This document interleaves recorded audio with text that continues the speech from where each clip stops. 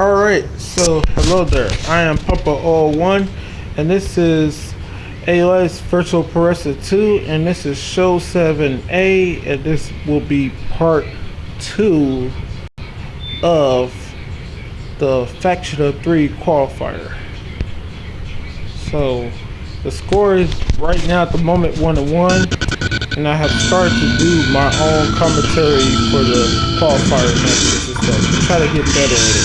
Because there's so many of them and like I won't be doing commentary for like the ranked matches at all ever. Also this allows me to pay close attention to the matches instead of me talking about random shit during them like I was doing during this shows for 5 and 6 and 4 and since the beginning of this stuff ever got started. Let's go into the match.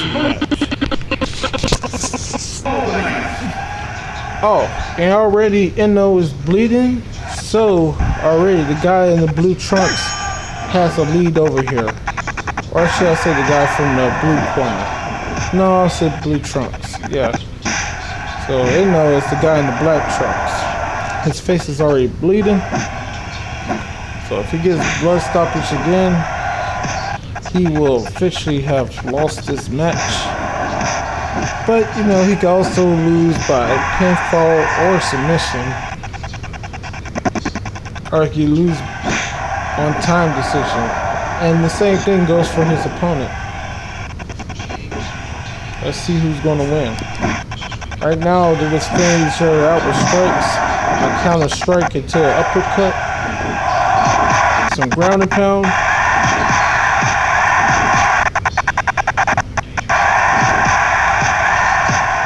Looking like he has the advantage on the ground, and he does a little bit more ground and pound and he goes for the arm bar. He looked like he doesn't have the answer for him on the ground, so that could be something to Eno's advantage to use against his opponent, his ground and pound. But right now he's in, I forget what this is called, but it's a leg submission.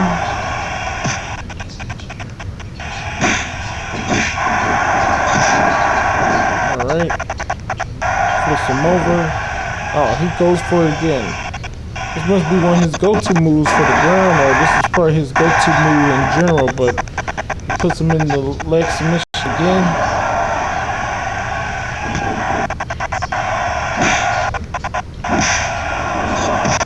I gotta use the other games to figure out what that's called. Gotta put one of those other games back on the phone to figure out what that's called. This is a side leg lock. Alright, so it looks like the guy in the blue trunks likes to go for, in this particular matchup, in that case, likes to go for the leg submissions, and they're working.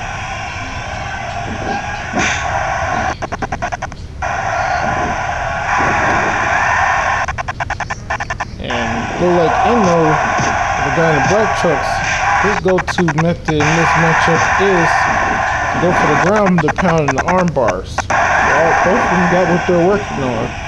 One is working on injuring the legs, the other one is working on injuring the arms, along with the head with some ground and pound. Now he's hitting them with some strikes. I don't get why he has that slap, man, because that slap always get countered to him getting slapped, and it always looks funny as hell. What was this movie called, Baby and Kids, when the little baby was like, you slap me and I slap you back, punk. That's what that always reminds me of, he slaps him right back. He's going for some more leg submissions. Man, he got so many leg submissions on here. A headbutt to the back of the head. Another side leg lock. He can win this by submission. And he will. Alright. I guess the guy in the blue trunks, he has won. I'm sorry if I forgot his name. I think it's, let me see, Yamazaki? I think his name is Yamazaki. Is it Yamazaki? Yep, Yamazaki. Okay. So that was my bad. But anyway, the blue team is now up 2-1. I mean, Insun has to win 2 matches in a row for his team to go on to be in the #1 contender match for the faction of 3. Yes, the winner of this will be moving on to the #1 contender match for the faction of 3 at show 7B. And the losing team will be part of the 5th spot chance qualifier matches. So yeah, if Eno wants his team to move on, he's gonna have to pull double duty and beat 2 people in a row. We already saw what his opponent's about. Yamazaki is about the ground game with the submissions to the legs and stuff like that. So he gotta be watching out for that in this matchup. Okay, so the match starts. They're both doing some striking. A shoulder tackle gets countered to a leg sweep. They get into a tie-up. He does the fireman carry. Guillotine choke by Ensign. He's working on the head a little with the guillotine choke. They're back on the feet. The double leg takedown is blocked. Oh, some clenched knees is blocked into a single leg slam. And now the ultimate punches by Ensign. He's on top right now with some ultimate punches. So far, it looks like Ensign likes to work on the head of his opponent, because all his stuff has been to the head so far. They're countering strikes right now with Yamazaki getting him with a jumping wheel kick. Ensign takes the back, and now he has him in a rear naked choke, working on that head some more. The head damage should start to pile up in a little bit, but it's still kind of, oh, it's already there. He's already holding his head. Oh no, he counters the shoulder, what's it, shoulder strikes or whatever? Yeah. Into the arm bar.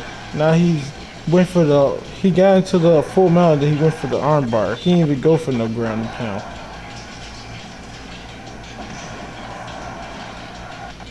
He hits his rising move, Yamazaki, which is a, what's the name, wheel kick? Or the rolling wheel kick, my bad, I keep on saying wheel kick. A wheel kick in proper martial arts terms is that move that you use when you play that's a back wheel kick. That move that's on Mortal Kombat 2 and stuff like that. Mortal Kombat 2 that most of the characters use, or at least the ninjas use it or whatever like that. He countered the arm bar and tipped it to his own, Yamazaki. He hits another rolling wheel kick. Hits him with a little kick to the shin right there. Some more striking's going on. They're now countering each other's strikes. Why is he not going for the ultimate punches? He needs to. The thing is, when you got your opponent hurt, you need to just try to end it as quickly as possible, especially because, you know, you don't want to give your opponent a chance to try to work their way back into the match, and he didn't. He was able to get the rear naked choke finish, because you don't want to take no damage when you know you got more people to face, you know?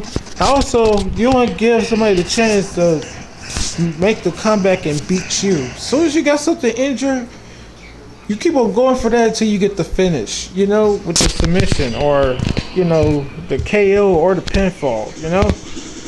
Hurry up and get out of there. UG versus NO, and this will be the final match. The scorers is tied 2-2. Whoever wins this, their team will move on to the #1 contenders match for the faction of 3. Let's go to the ring. I think Ensign didn't really take too much damage in his in the previous match, so they both are relatively fresh going to this match.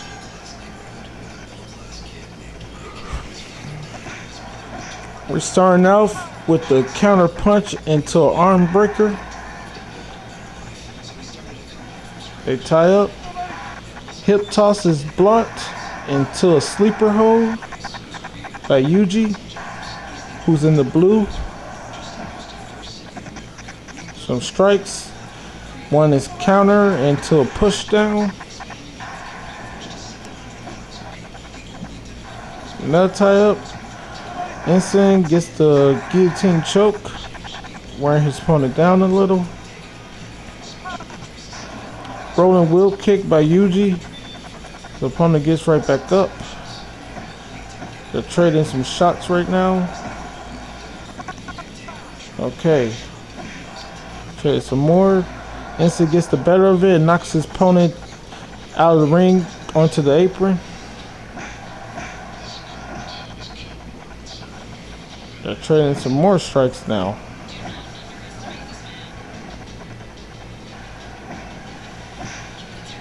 Ensign was giving him some trouble with his kicks, and he was able to get out of the. He got one kick caught, but he was able to hit him with an enziguri. They're trading strikes again. Oh, they're not trading strikes. Yuji actually did another arm breaker, and now he's going into. That's the move I got for Pump 01. I know what that's called. That's called the reverse figure 4 leg lock. The reverse figure 4. I believe a wrestler I know who used that in WWE. I believe that was Val Venus, who used to use that in WWE or WWF or during the Attitude Era, basically. WWE, WWF, the same thing. Yeah. Because I remember he had that move on, what was that game called? SmackDown Shut Your Mouth. Anyway, back to the action. They trade some more strikes until one of them get caught again and he hits him with another arm breaker. The thing is, when it comes to people who do counter moves to punches or whatever like that, the right-handed punches, you should, whoa. Yeah, I was going to say you should not really go for the, but Ensign just hit Yuji with a strong overhand right that knocked him all the way out of the ring onto the floor on the outside. They traded some more strikes. That hard uppercut lands for Yuji, or the launching uppercut, I should say.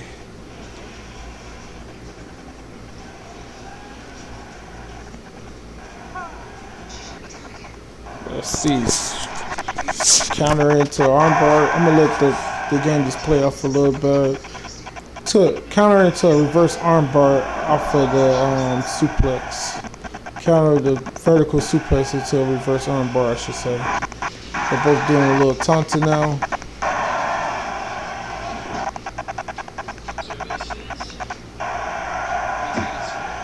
We're at the halfway point in this match. Some shoulder thrusts, messing up the arm some more. Okay.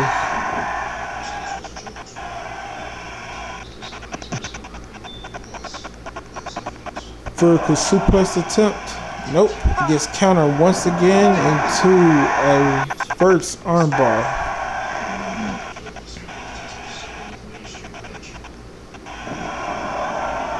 We're coming up on 2 minutes left in this match. They got 2 minutes to try to find a finish or do enough to convince the game that they should get the time decision.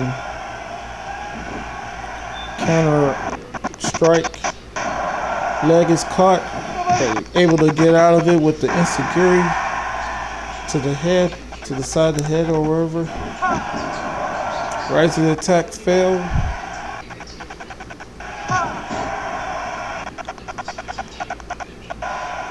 What was that? A weak grab into uppercut. A hard uppercut, or well, the launching uppercut, and then he hits him with the, shoulder block. Then he just went for a double that knocks his opponent into the freaking barrier on the outside. And that's another thing I don't get. Why don't the shoot wrestlers be able to bring you back in the ring when you're on the apron? Why do they knock you all the way into the what's the name stuff? Because it's like when you play with points and stuff like that, if your opponent's a shoot wrestler, you just stay on the apron after you score any amount of points. Once you have the legal points to stay outside the ring when you win that match. Sorry for the notifications. Tie up into an uppercut. Another tie up. That gets countered with the reverse armbar. He took the back and it got countered to reverse armbar. We're less than a minute to go. There's only under 50 seconds left right now. 45 seconds left. Is anybody gonna make a move to try to finish this fight, or we're going to go to another time decision? About to find out. Shoulder block is counter to drop toe hold. Coming up on 30 seconds left in this match. Guillotine is blocked with a punch to the body. Another leg is cut, but the person gets free with the head kick. I mean the enziguri.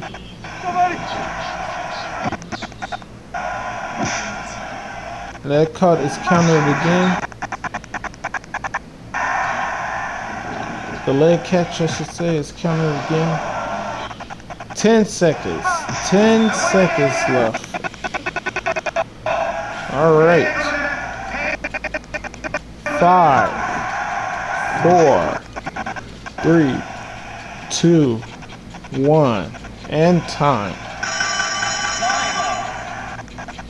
All right. Congratulations to the red team, as Ensign done enough to get the time decision in the favor of the game. Because I'm not sure if they have judges or whatever, but the game said he did enough to get the time decision. So congrats to his team. They will be at show 7B, and they will be involved in that #1 contenders match for the Factor 3 championship to try to face the inaugural champions, who will be waiting for the winner of that match at pay-per-view number 7. So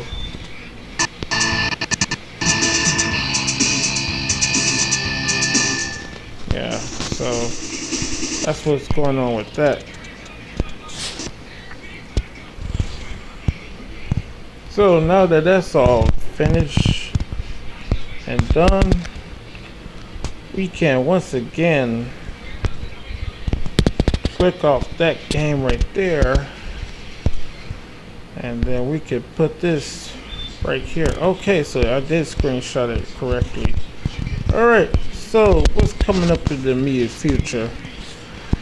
I may take a little bit of a break for a while before we get started with the Combatants Championship, and I may not be doing the freaking commentary because like I just think I sounded a little too bad with it right now. I can't really like say the name of the person then remember the move and stuff like that. Not all the times. Then there's moves that I don't know, so I just call it a leg hold or leg lock or whatever, or leg submission.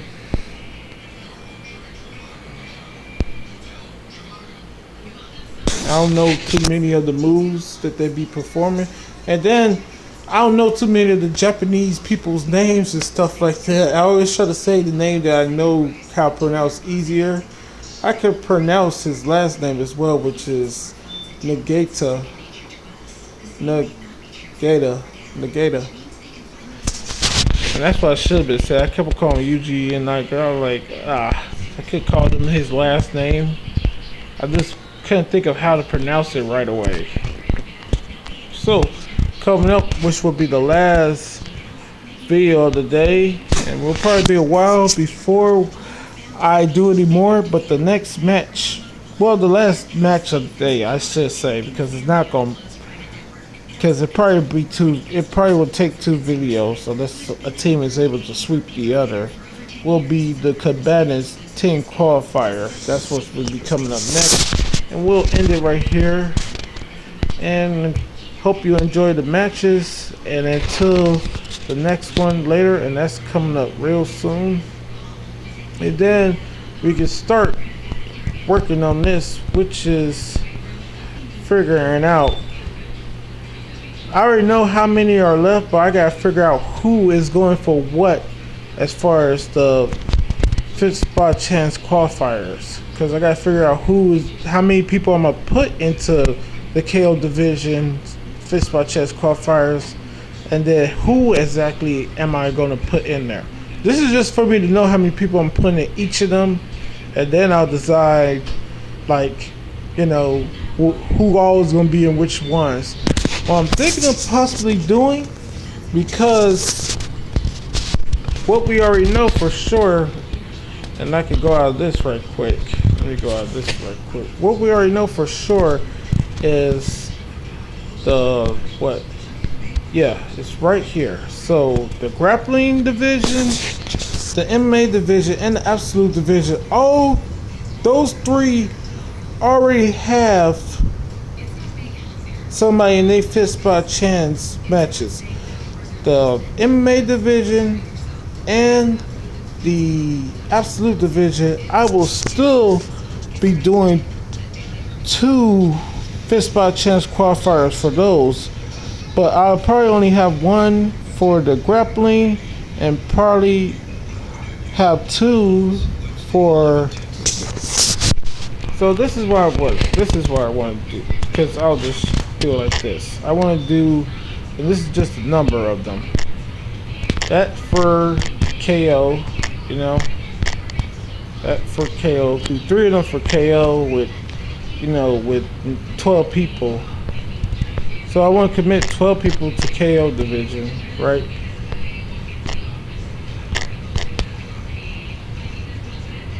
Commit 12 people to KO division. Then I want to commit only 4 to grappling division. This is just what I'm coming up with so far. Then we're gonna probably commit 8 to the double team.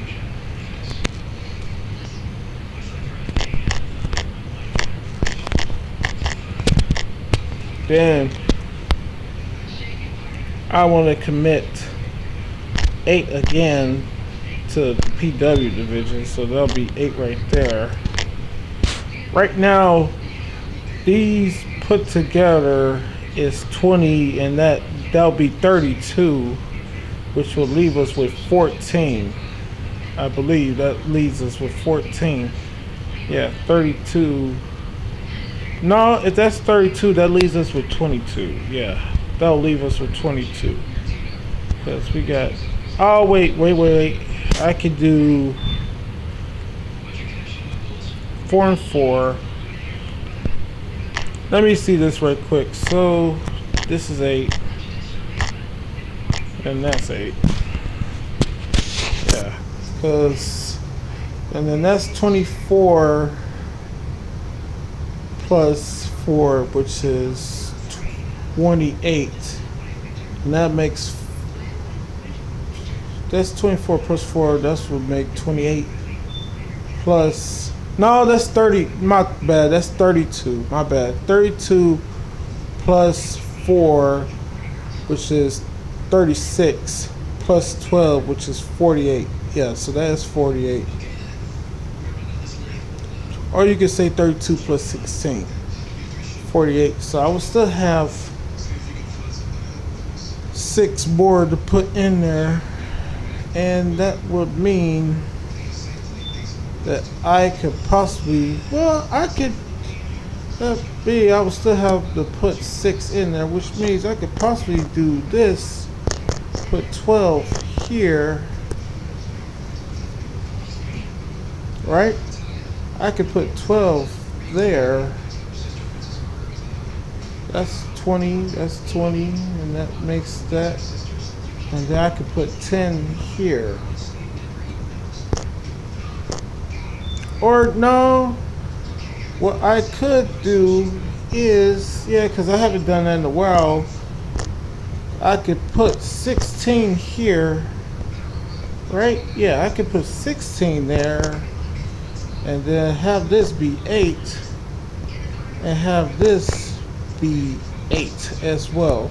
So I could potentially do that, and then this would be 16. So the grappling division and the double team division will be, that'll be 20 people, which will leave me with these 4 divisions that each have 8, which will be 32, and then I still need to have 2 more, which would mean I would put 9 here. Yeah, I could probably put 9 here and 9 here, and 2 people can have a first round bye in the 5-man fifth spot chances. So this will have 2 right there. This will be, no, it'll be 4 and 5, and I'll decide who the heck gets a what's the name. This will be 4 and 5. Let me put the line right there. I gotta decide who will get a thing match right there, and this is 8. Dang, I ain't even put the 8 right there.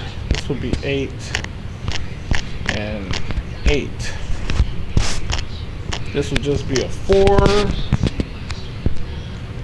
Correct the mundo, that'll be a 4.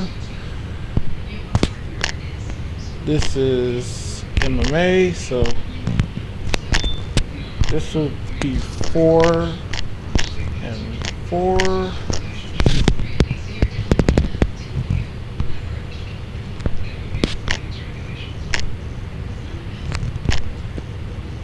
And this would be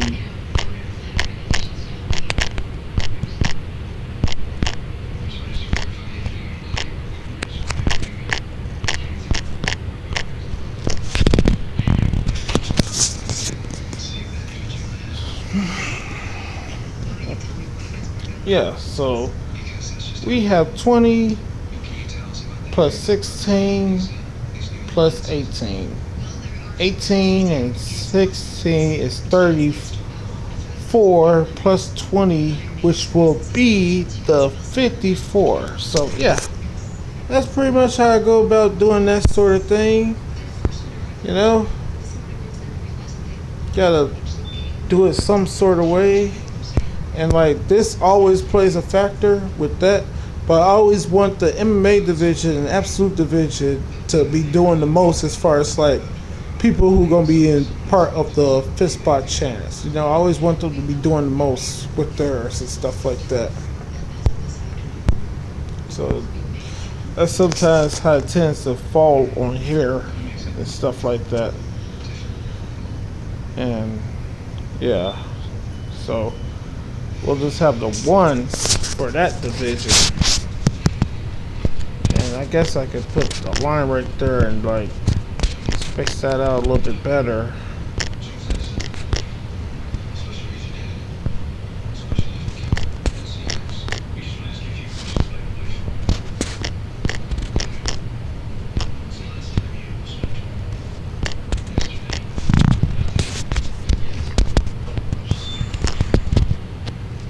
Yeah, so that could be how that goes, and then